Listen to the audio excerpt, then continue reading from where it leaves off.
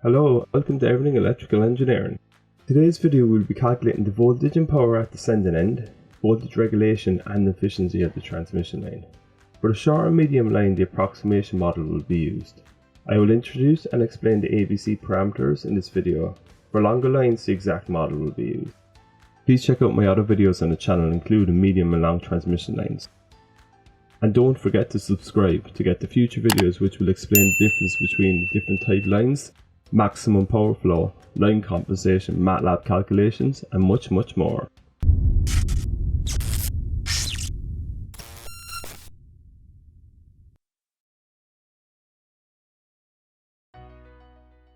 In this example, the short line approximation model will be used for a 230 kVA, 50 Hz, 40 km line.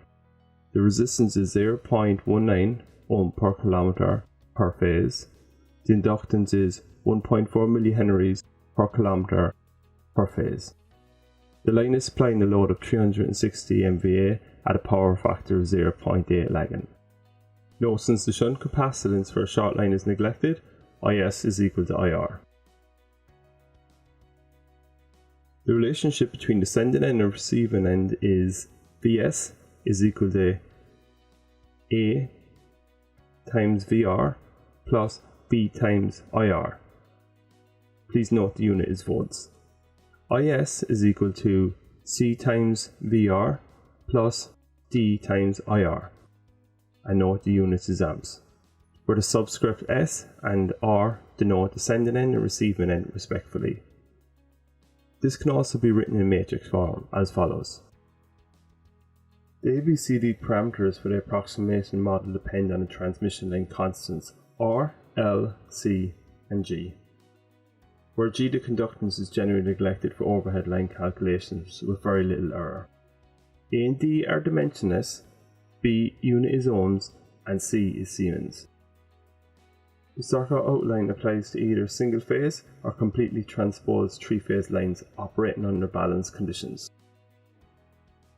For a completely transposed three-phase line, Z is the series impedance, VS and VR are the positive sequence line to neutral voltages, IS and IR are positive sequence currents. First, let's calculate the total series impedance Z, which is equal to R plus J omega L times the length.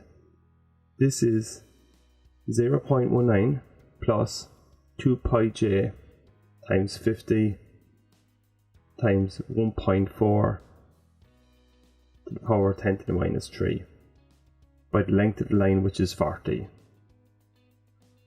This is equal to 7.6 plus J 17.593 ohms. Next, let's calculate the receiving end voltage per phase, VR, which is equal to 230 kV at a phase angle of 0 degrees all over square root of 3. This is equal to 132.79 kV at a phase angle of 0 degrees. For the next step, I will derive the megawatts and mVar power at the receiving end. This is equal to SR 3-phase 360 at a phase angle of 25.84, which is equal to 324.005 plus J157 mVar. I'm using the complex calculator to do the polar calculations. However, this can also be done in Cartesian, but it's just a little bit longer. The current per phase IR is equal to the complex conjugate power at the receiving end over 3 times VR. This is 360 at a phase angle of minus 25.84, 10 to the power 3 over 3 times 132.79 at a phase angle of 0 degrees. The resultant amps are 903.68 at a phase angle of minus 25.84, or 0.903.68 kA. Next, let's calculate the sending end voltage, VS. This is equal to VR plus Z times IR, which is equal to 132.79 kV at a phase angle of 0 degrees plus 7.6 plus J17.593 times 0.903.18 at a phase angle of minus 25.84 degrees. Note the units are the same here, i.e. 10 to the power of 3.